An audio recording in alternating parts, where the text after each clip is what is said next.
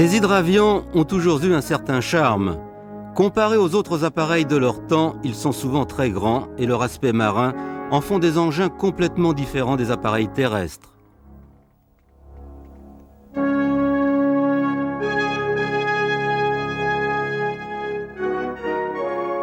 Avant-guerre, il y avait peu de pistes aménagées et les hydravions étaient pour beaucoup la meilleure façon de ramener à terre des gros appareils.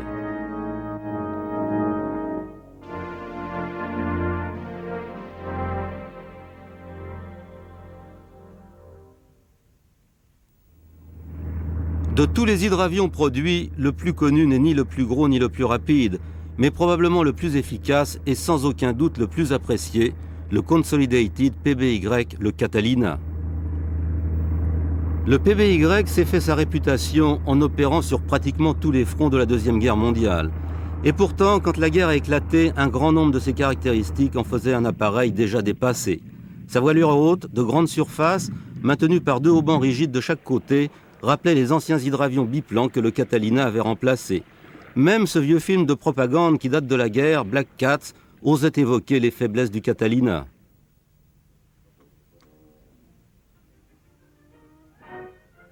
Anything familiar? That torso with a middle-aged sag? Her speed less than some cars can do. Maneuverable? Some days all right. On others, she brings around like a 10-ton truck. She dives under protest. Wings can't handle half the pressure dive bombers take. Got her? Right. The old Cat. Navy Catalina patrol boat. TBY in a black nightgown for night camouflage. A black cat. Here comes the Cat, and it's a zoom, a signal that she did it again. One more enemy ship on the bottom.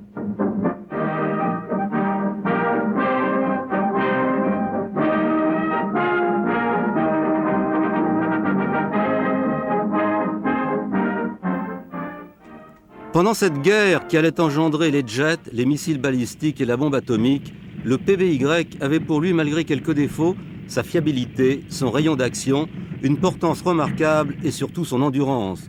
Son rayon d'action lui permettait d'effectuer des missions d'une journée entière sans escale. Et il avait une rare faculté à encaisser et à ramener sain et sauf son équipage, voire même des passagers supplémentaires. C'est de là que vient la légende du Catalina.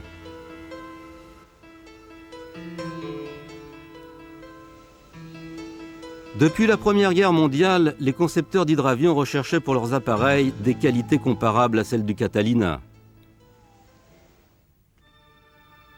C'est au cours de ce conflit, le premier pendant lequel l'aviation militaire a été exploitée à fond, que les hydravions ont commencé à jouer un rôle tout indiqué, la chasse anti-sous-marin. D'un point de vue purement économique, les dommages infligés par les sous-marins allemands en faisaient des armes particulièrement efficaces. On s'est très vite aperçu que les hydravions devaient être utilisés à la reconnaissance maritime. De plus, avec une autonomie suffisante et une bonne capacité d'emport, on pouvait les transformer en bombardiers, redoutables contre les sous-marins. On ne peut pas dire que les appareils alliés aient été d'une grande efficacité contre les U-boats allemands, mais la simple existence d'une aviation, même limitée à la reconnaissance, constituait une menace sérieuse pour les sous-mariniers. Et vers la fin de la guerre, des hydravions alliés sont arrivés à toucher des sous-marins de l'Axe.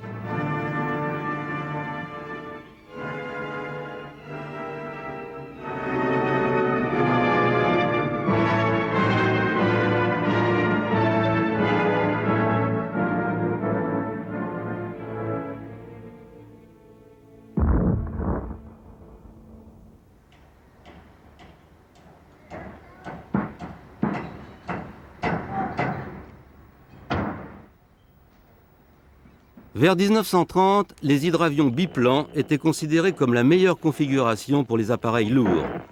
En temps de paix, les appareils militaires qu'on achète sont essentiellement destinés à être stockés au cas où, mais ce n'était pas le cas des hydravions. Les Coast Guard américains en utilisaient constamment comme appareil d'observation météo et aussi pour sauver des marins malades ou blessés.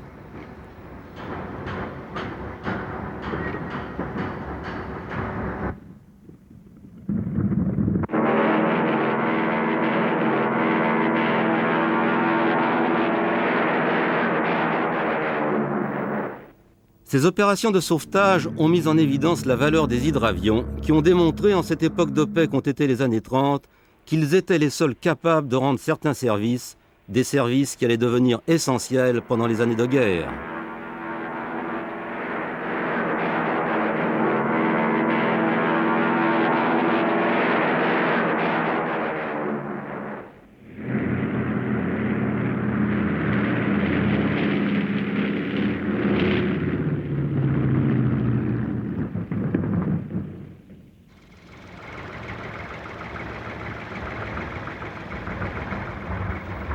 La base des gardes-côtes de San Diego a accompli un grand nombre de missions de sauvetage entre les deux guerres. Mais cette région du sud de la Californie, au climat doux et stable, et qui dispose de grandes étendues désertiques et plates, a été très vite considérée par les pionniers de l'aviation comme un bon endroit pour y développer cette nouvelle technique.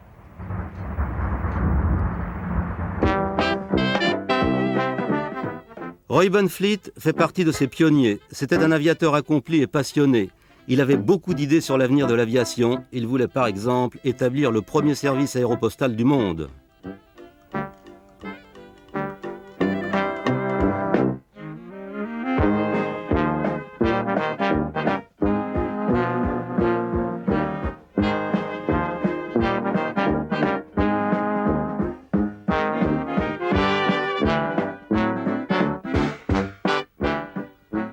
Le ciel de San Diego allait devenir le théâtre d'un grand nombre de premières. Exemple, le premier ravitaillement en vol, une opération délicate compte tenu de la rusticité des commandes de vol de l'époque.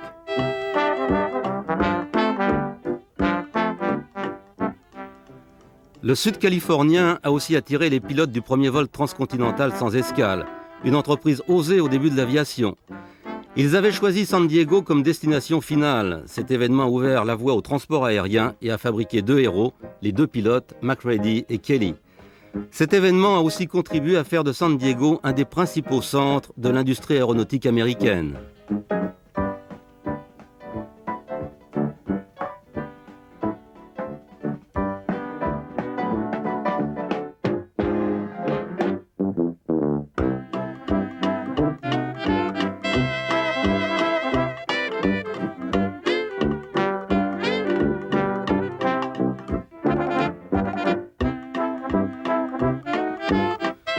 Bien d'autres événements ont eu lieu à San Diego, par exemple le premier looping, le premier bombardement et le premier saut en parachute officiel.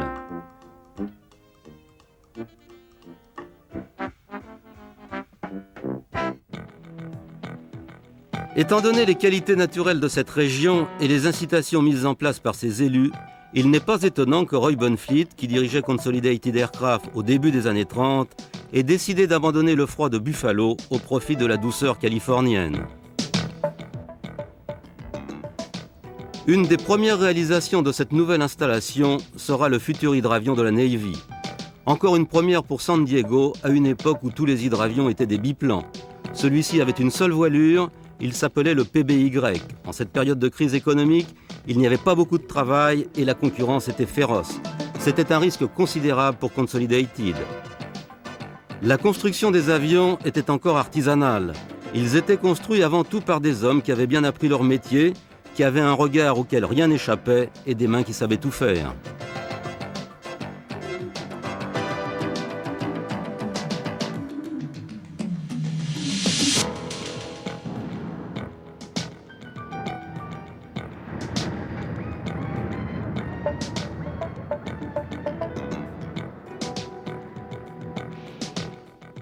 Ceci est la zone d'assemblage de la voilure principale. Deux techniques, l'une sophistiquée, celle de la structure métallique, l'autre beaucoup plus traditionnelle, la piqûre à la main, permettent de marier ensemble le métal et le tissu qui constituent l'aile gigantesque du PBY. Cette voilure est la clé du succès du Catalina. Elle avait une grande portance et en plus elle renfermait la totalité du carburant qui lui donnait un rayon d'action légendaire. On distingue au centre de l'aile les deux orifices de remplissage des réservoirs principaux.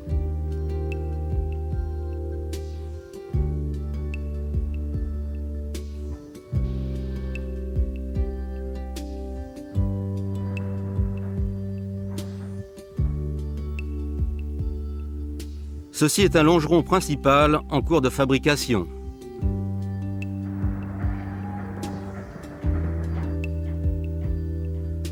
Au département des toiles, on utilise un coton écru d'une qualité spéciale et qui tient sur les ailes par des points de couture qui ne peuvent pas filer. L'usage du métal et de la toile offrait à la fois légèreté et résistance. Ce procédé demandait beaucoup de travail à des artisans très méticuleux.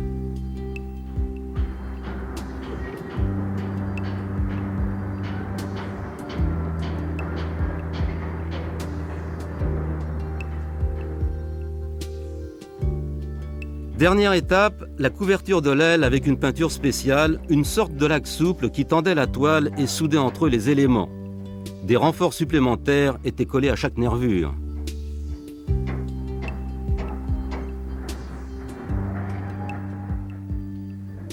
La coque entièrement métallique du PBY nécessitait des dizaines de milliers de rivets. La décolleteuse de Consolidated en produisait des millions chaque semaine. Ils étaient découpés dans de l'acier doux. Les contraintes supportées par les coques des hydravions à chaque amérissage obligent à les renforcer. Les millions de rivets qui sortaient de la machine étaient spécialement traités.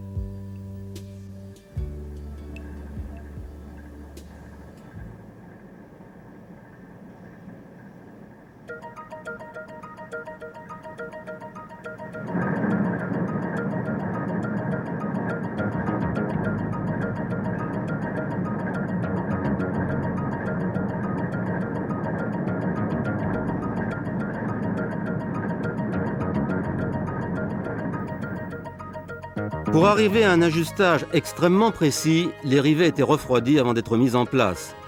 Les couples et les lisses qui donnent sa forme à la coque sont en métal. Le revêtement métallique rifté à la structure doit rester étanche, malgré les chocs qu'il subit à chaque amérissage.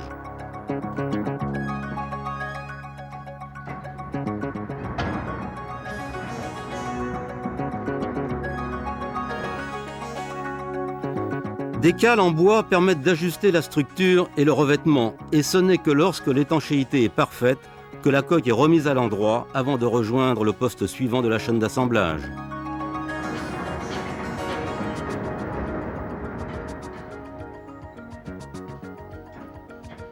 Les milliers de pièces préformées qui constituent ce puzzle sont assemblées avec les tolérances les plus faibles.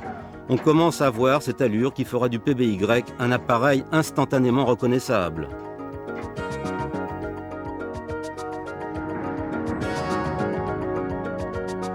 D'une certaine façon, ces artisans sont plus des constructeurs de bateaux que des fabricants d'avions.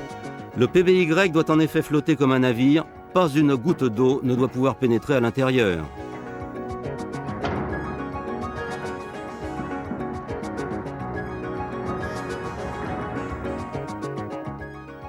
Ceci est le longeron central qui supporte les ailes. D'une curieuse façon, c'est aussi là que se trouve le mécanicien navigant, assis bien au-dessus des deux pilotes, près des moteurs qu'il surveille en permanence.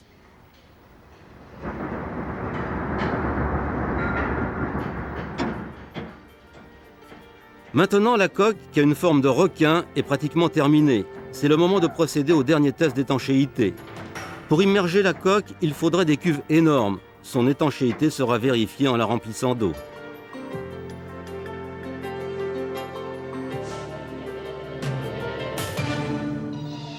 Ensuite, les coques passent à l'atelier de peinture où elles sont décapées avant de recevoir plusieurs couches de peinture qui résistent à l'eau. Cette peinture, qui doit supporter l'usure du décollage et de l'amérissage, mais aussi la corrosion saline, est appliquée avec précaution dans un environnement contrôlé. L'application se fait dans une atmosphère en surpression, obtenue par des grands ventilateurs, pour empêcher la poussière de pénétrer à l'intérieur.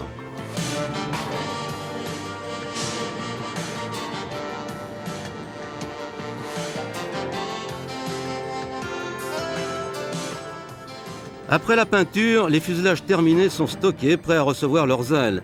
Ici, ce sont des anciens PBY-3 avec leur vitrage plat.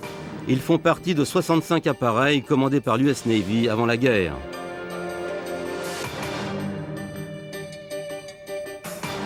À ce moment, les ailes sont amenées pour être fixées sur le longeron central. On peut voir l'épaisseur des ailes, dont la section centrale est presque entièrement composée de réservoirs de carburant qui contiennent plus de 6500 litres.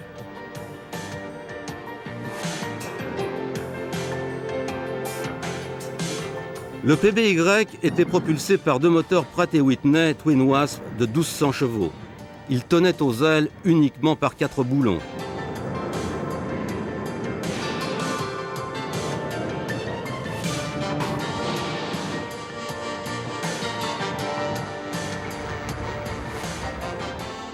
Le climat sec de Californie rendait possible l'installation des ailes en plein air. Des milliers de mètres carrés de hangars étaient ainsi économisés.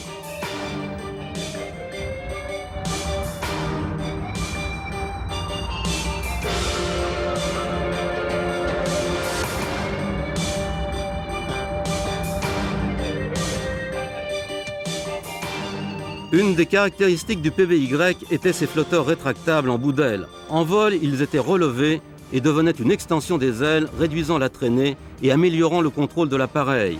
Les flotteurs étaient de nouveau abaissés pour l'amérissage.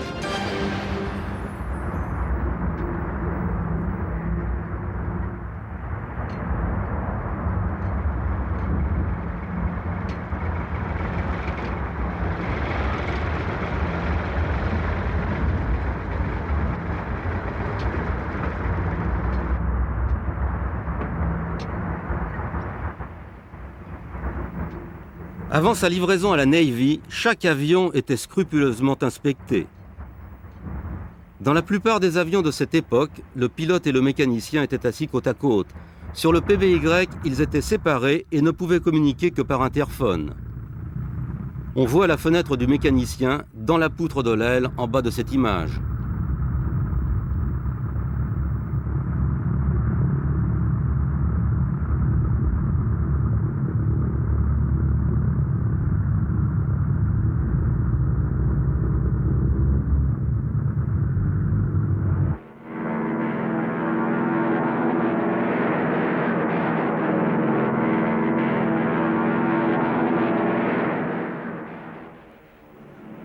Premier vol du PBY. Les lettres PB signifient Patrol Boat, le Y étant la marque du constructeur. La première qualité du PBY était son rayon d'action. Sa capacité à voler sur un seul moteur diminuait sa consommation et allongeait encore son rayon d'action. Autre grande qualité du PBY, sa robustesse qu'il doit à une remarquable qualité de fabrication.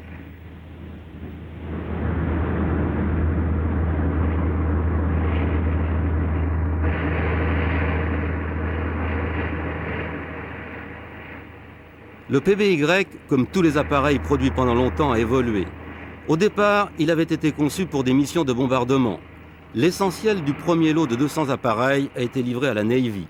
À sa naissance, en 1936, on pouvait raisonnablement penser qu'il ne serait réalisé qu'à quelques centaines d'exemplaires. Mais l'évolution du monde en a décidé autrement. En 1939, dès le début de la guerre, les Britanniques ont commandé un grand nombre de modèles 5 et la Navy en a commandé 200 autres pour patrouiller dans ces eaux qui à l'époque étaient encore neutres.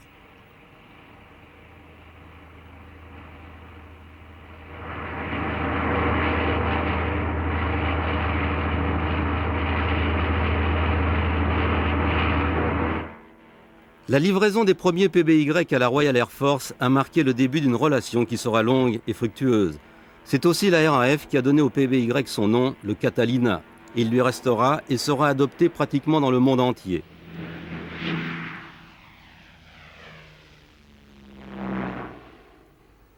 Les Britanniques se sont aussi intéressés à une autre version, le modèle 5A. Le 5A est similaire à l'hydravion, mais il était amphibie et capable d'opérer aussi bien sur des pistes terrestres que sur l'eau. Il était plus lourd, moins rapide et avait un rayon d'action moins grand, mais il était polyvalent. La moitié des appareils livrés seront amphibies.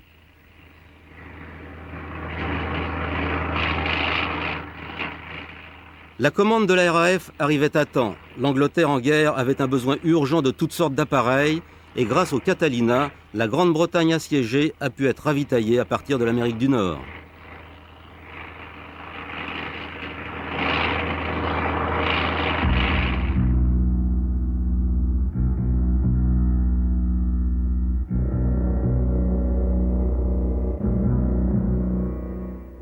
Les PBY qui opéraient à partir de bases dans l'Atlantique Nord escortaient les convois de ravitaillement.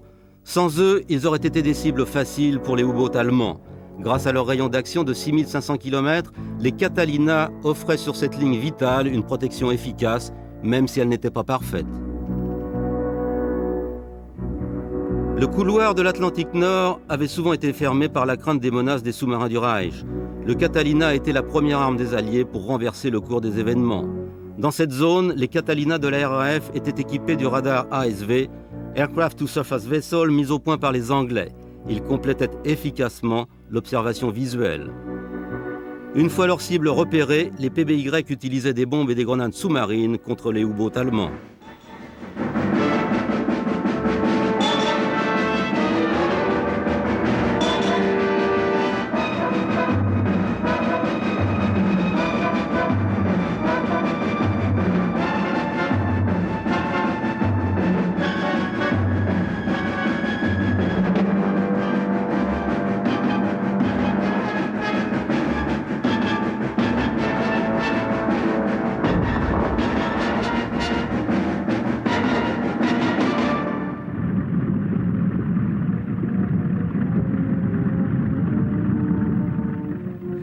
« 7 décembre 1941, au large de Pearl Harbor, dans le Pacifique, la marine japonaise est sur le point d'infliger à la 7e flotte américaine un coup sévère. Cet événement aura pour conséquence l'entrée en guerre des États-Unis.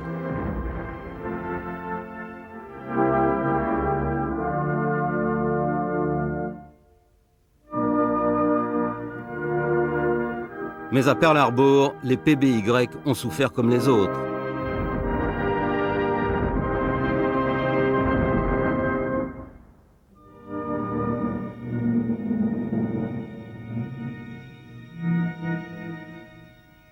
Les îles Aléoutiennes se trouvent dans le Pacifique Nord et constituent un chapelet qui s'étend sur 2000 km entre l'Alaska et la Sibérie.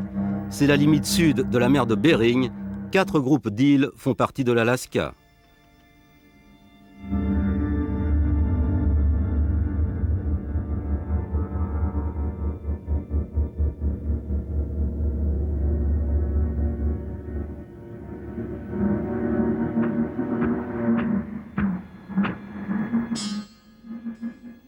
Dans cette région du monde, les conditions climatiques sont très particulières.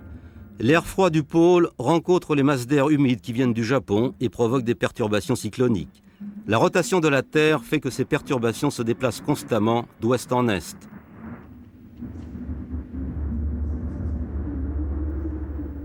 Les Japonais, qui connaissaient ce phénomène, ont voulu s'en servir pour opérer à l'abri d'une de ces tempêtes.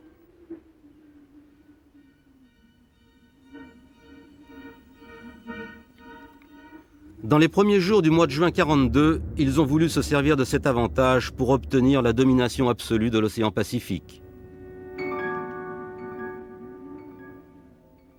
Profitant d'une de ces tempêtes, ils ont envoyé 2 forces d'invasion sur 2 objectifs très éloignés l'un de l'autre, les îles Midway et Dutch Harbor. L'opération avait pour but de toucher les défenses américaines qui protégeaient la côte pacifique. La victoire américaine de Midway va anéantir l'aéronavale japonaise.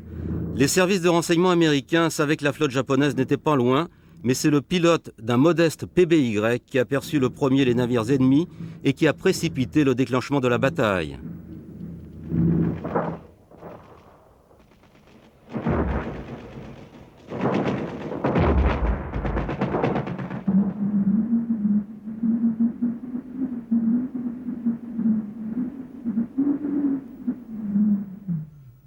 Sur le front nord, à Dutch Harbor, dans les îles Aléoutiennes, les forces américaines s'étaient aussi préparées à lancer une contre-attaque.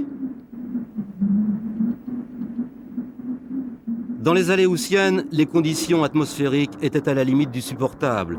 Pour les 2 camps, le mauvais temps était le pire des ennemis. Pourtant, les PBY n'ont jamais cessé de patrouiller.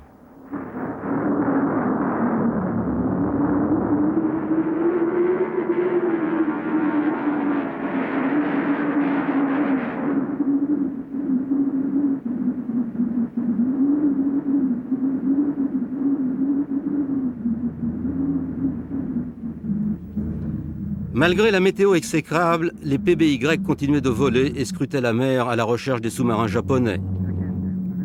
Dans le Pacifique, les sous-marins nippons n'ont jamais eu le même succès que les U-boats allemands dans l'Atlantique Nord au début de la guerre. Ils n'ont jamais été non plus à la hauteur des sous-marins américains. Leur échec s'explique en partie par l'existence du PBY. Les Japonais n'avaient aucune arme anti-sous-marine équivalente.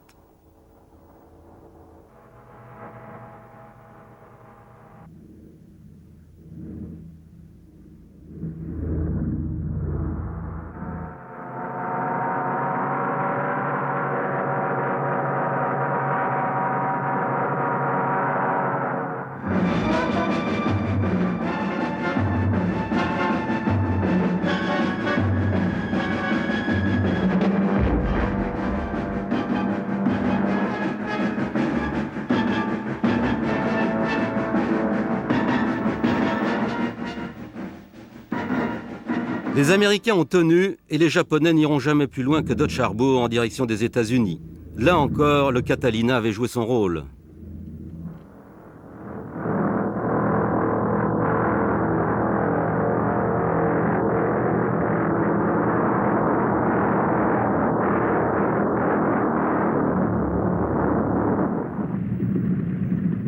Le PBY n'était pas sans concurrent. Le Martin Mariner, plus moderne, était aussi un hydravion bimoteur de reconnaissance et de bombardement remarquable. Sa production a d'ailleurs continué sous diverses formes après la guerre. Cette version spéciale est celle qui a permis de rééquiper un grand nombre d'escadrilles qui utilisaient le vieux Catalina quand il a commencé à vieillir.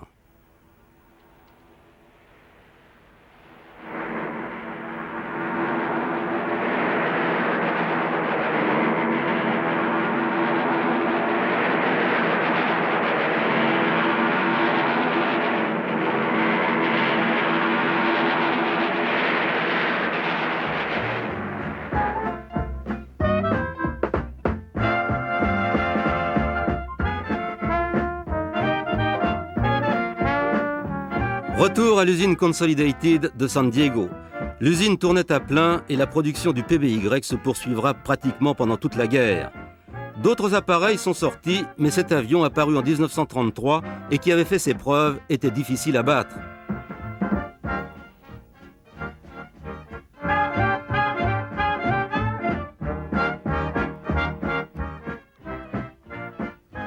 Désormais, Consolidated n'était plus seul à fabriquer des Catalina. Il était aussi produit par Boeing, par Vickers et même par l'usine aéronautique de la Navy. La Navy à elle seule en a reçu plus de 3000. Il y a eu d'autres commandes importantes par les Britanniques, par d'autres pays du Commonwealth et par les Hollandais.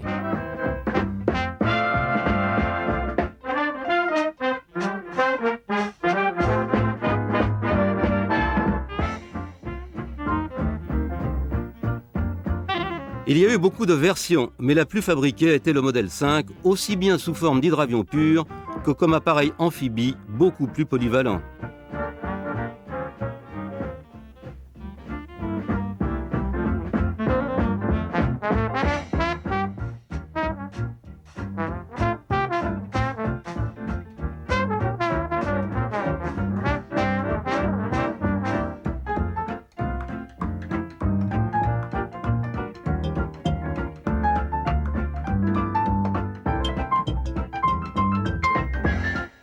Le modèle 5 et les suivants sont reconnaissables à leurs bulles vitrées montées de chaque côté de leur fuselage arrière.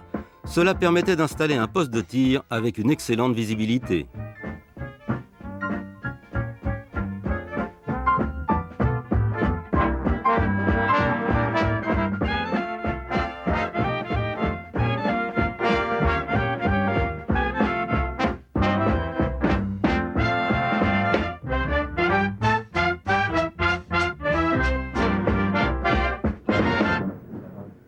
Le Catalina a représenté l'essentiel de l'effort de guerre de Consolidated, mais ce n'était pas son seul hydravion.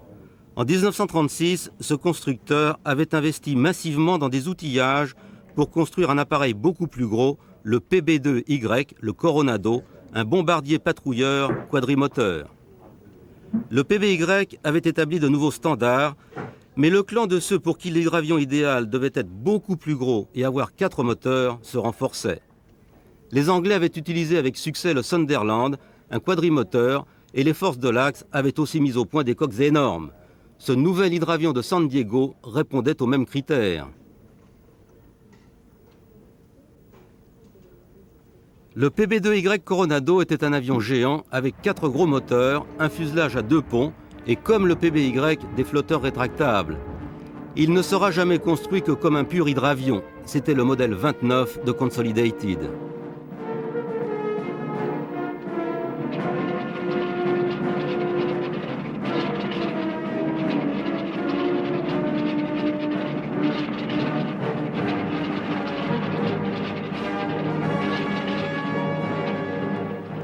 Il est entré en service en 1941, mais ne sera jamais fabriqué en grande quantité.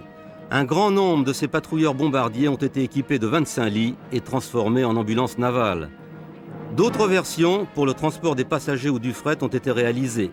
elle justifiait le concept de Consolidated de l'hydravion géant.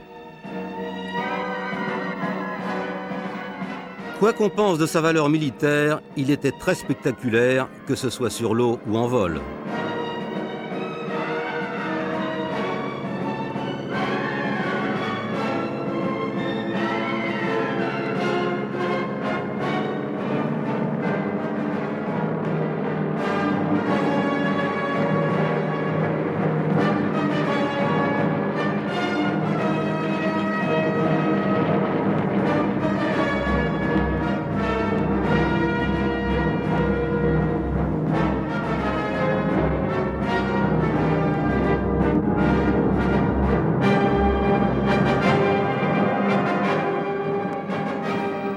Mais l'époque des grands hydravions, tels que ceux de Consolidated, de Sikorsky et de Martin, touchait à sa fin. On avait construit des milliers de pistes d'atterrissage dans le monde entier. Les amérissages et les déjaugeages allaient se faire rares.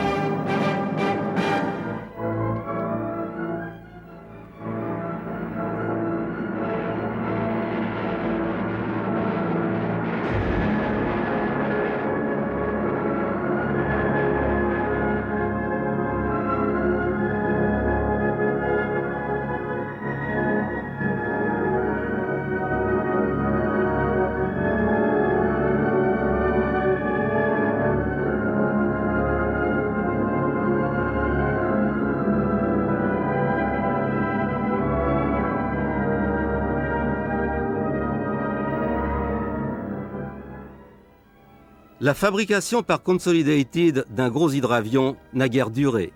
Par contre, son bombardier quadrimoteur, le B-24 Liberator, sera construit à plus de 12 000 exemplaires. La ressemblance de cet avion avec son cousin hydravion est frappante.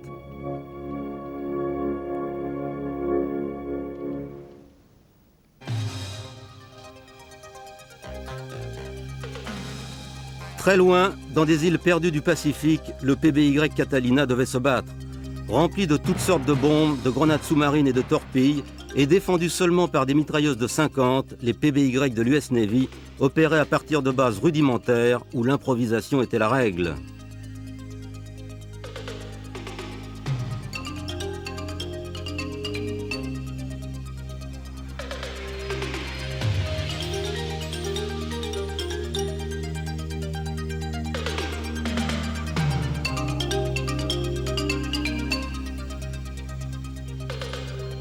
Préparer un PBY pour une attaque navale était laborieux mais indispensable. Lorsqu'il décollait pour attaquer, tout le monde savait que son armement défensif serait de peu d'utilité. De nuit, sa meilleure défense était son camouflage noir mat. C'est de là que vient la légende du Black Cat.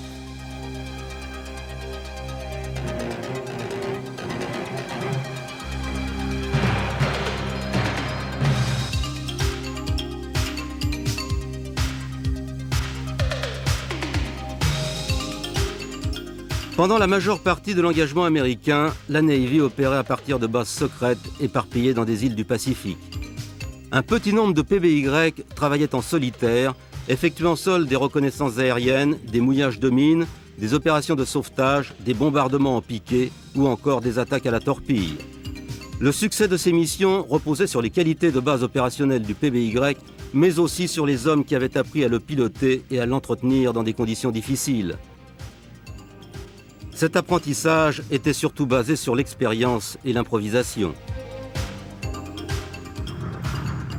Les moteurs du Catalina étaient installés haut et près l'un de l'autre. Il était parfois difficile de le faire virer quand il était sur l'eau. Au décollage, les manettes de gaz étaient poussées progressivement pour limiter les pertes de visibilité et aussi l'endommagement des hélices par les embruns. Dans certaines conditions et lourdement chargé, le PBY avait besoin de 5000 mètres pour déjauger et décoller.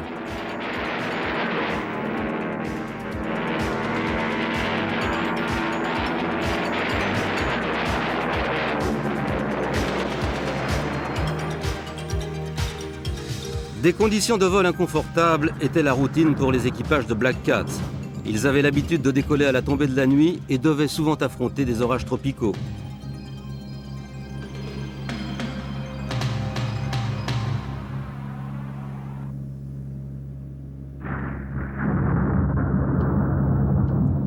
Sans électronique de navigation, tracer la route des PBY relevait plus de l'art que de la science. Les nuits sans lune, les équipages de PBY étaient à l'abri des chasseurs japonais, mais dans ces conditions, le navigateur avait bien du mal à établir sa position.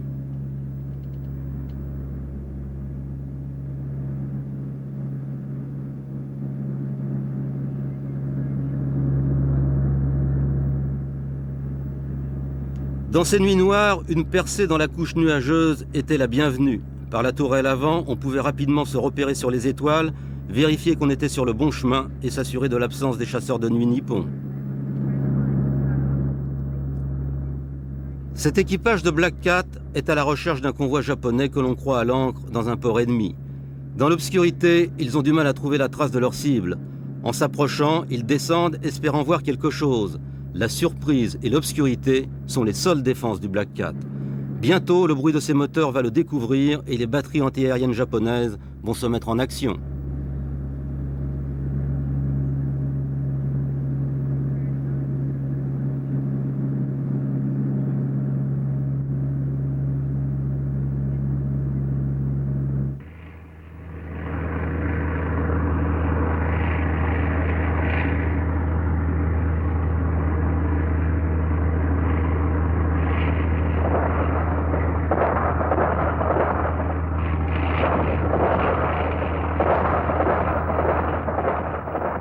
Les tirs japonais sont intenses, mais aucune trace du convoi.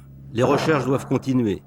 Et désormais, la chasse japonaise, prévenue de la présence du Catalina, peut attaquer à tout moment. Sur la plupart des Black Cats, les viseurs de bombardement avaient été remplacés par des radars altimétriques. Ils permettaient non seulement des bombardements précis à basse altitude, mais aussi de naviguer en toute quiétude au ras de l'eau. Voler de nuit à basse altitude était la meilleure façon d'échapper à la chasse japonaise. Les Cats, peints en noir mat, étaient pratiquement impossibles à détecter à si basse altitude.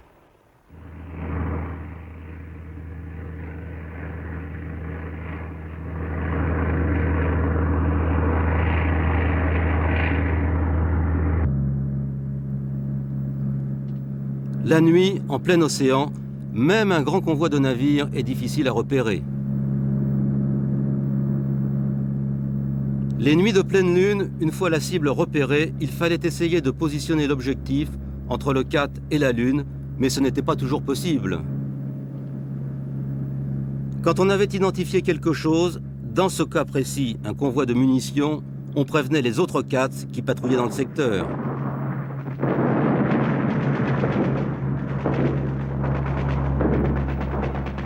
Pour ces recherches de nuit, les Catalina disposaient de différents systèmes d'armes et de munitions. En principe, ils avaient 2 bombes de 250 kg et 2 de 500 kg, ou bien 2 de 250 et une torpille. Quand les Cats commençaient à bombarder, c'était David contre Goliath. Malgré ce qu'on a pu dire, les Cats étaient parfaitement capables de descendre en piqué, mais alors la pression sur leurs grandes ailes hautes devenait considérable. Selon les pilotes, les ailes se mettaient à battre.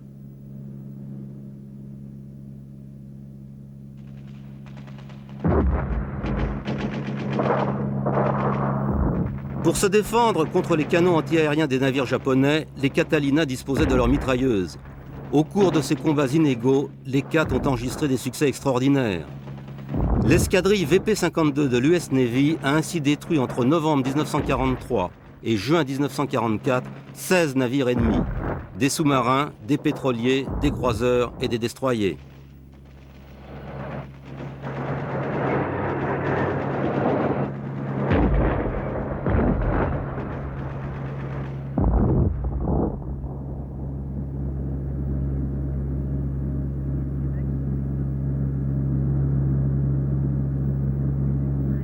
Cette escadrille n'était pas la seule. D'autres ont eu des résultats comparables. Après avoir patrouillé toute la nuit et après avoir encaissé une incroyable quantité de coups, la plupart du temps, les Cats arrivaient à rentrer.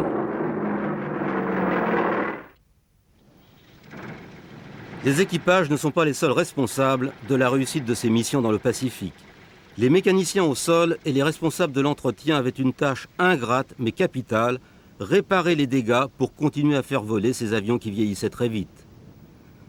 Entretenir des moteurs Double Wasp de Pratt & Whitney sur une île perdue du Pacifique demandait beaucoup d'ingéniosité. Les mécaniciens au sol, qui récupéraient de vieilles pièces ou en fabriquaient quand ils en manquaient, considéraient que le PBY exigeait peu et pardonnait beaucoup. Souvent, les réparations se bornaient à reboucher les trous que les balles avaient fait dans la coque.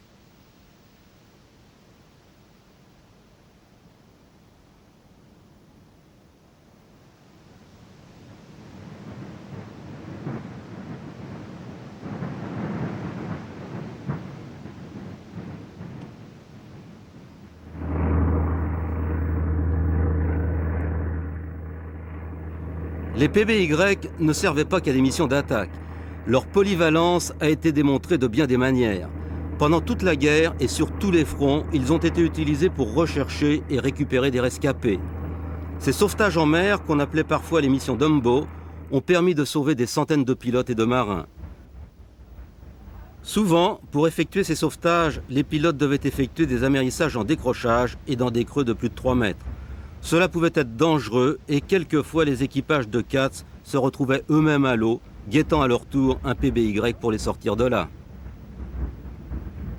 Une fois les rescapés embarqués, le problème était le redécollage. Le pilote était parfois obligé de vidanger du carburant et de larguer tout ce qui n'était pas indispensable à bord.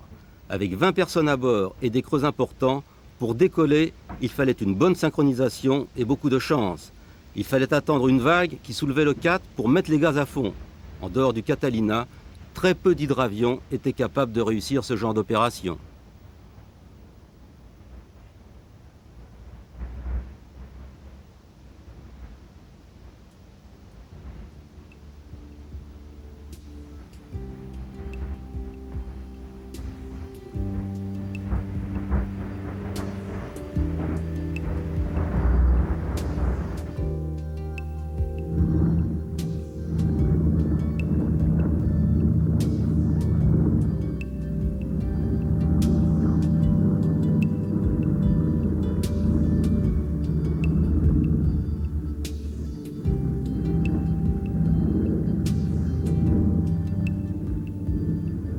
Pendant la Deuxième Guerre, les Catalinas de l'armée n'étaient pas les seuls à voler. Les vols en Catalina entre Perse et Colombo font partie de la légende de l'aviation civile. Pendant que la guerre battait son plein dans le Pacifique, la compagnie australienne Qantas utilisait 5 Catalinas pour desservir sa ligne vers Colombo. À chaque vol, elle embarquait au maximum 3 passagers pour un voyage qui durait au moins 24 heures. La fatigue des moteurs était phénoménale et ces vols Qantas au-dessus de l'océan Indien restent encore de nos jours les plus longs vols réguliers jamais proposés par une compagnie aérienne. Les états de service du Catalina durant la guerre, que ce soit au combat ou comme appareil civil, sont exceptionnels.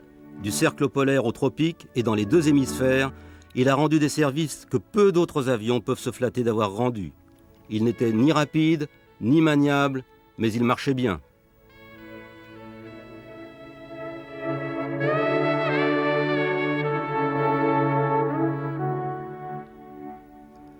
Après la guerre, les PBY en état ont été très recherchés. Leur fiabilité, leur facilité d'entretien, leur rayon d'action intéressaient tout autant les opérateurs civils qu'elles avaient séduit les militaires. Des centaines d'appareils militaires ont été récupérés par des compagnies aériennes et des petits transporteurs privés. On ne saura jamais combien de Catalina ont effectué des vols commerciaux au-dessus de pays qu'ils avaient auparavant défendus. Mais une chose est certaine, pour un avion commandé en 1933, et considéré par certains comme obsolète à la fin de la guerre, le Catalina a survécu d'une façon magnifique. Il mérite bien sa réputation d'avion de légende.